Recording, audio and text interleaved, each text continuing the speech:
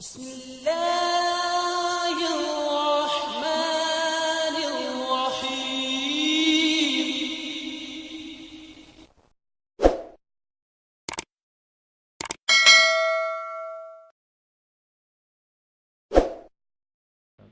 وعلیکم السلام ورحمۃ اللہ وبرکاتہ.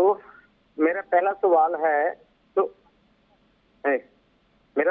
ہے سورہ انفال کا 25 نمبر آیت 25. جی عارف وَعَلَمُ أَنَّ اللَّهَ يَحْلُ بَيْنَ الْمَرْءِ وَالْقَلْبِ.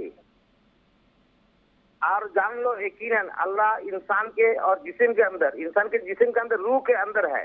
جسم اور روح کے اندر یہ روح کیا ہے اور اس کا تفصیل کیا ہے؟ ٹھیک ہے جناب، جزاک اللہ، شکریہ.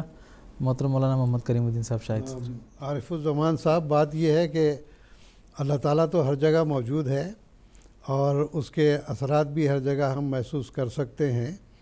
تو یہاں پر جو اللہ تعالیٰ نے فرمایا وَعَلَمُوا أَنَّ اللَّهَ يَحُولُ بَيْنَ الْمَرْءِ وَقَلْبِهِ، اس کا مطلب یہ ہے کہ اللہ تعالیٰ انسان اور اس کے دل کے درمیان حائل ہوتا ہے.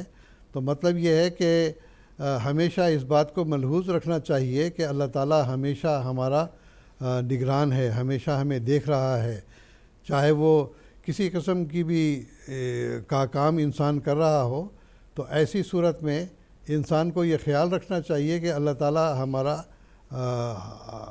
ہمیں دیکھ رہا ہے.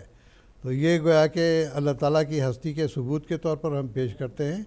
تو یہ دراصل اللہ تعالیٰ نے بیان کیا کہ ہمیشہ یہ تمہارے ذہن میں خیال ہونا چاہیے کہ انسان اور اس کے دل کے درمیان خود تعالیٰ کی بھی ہستی ہے اور اس کو مد نظر رکھتے ہوئے ہر کام ہونے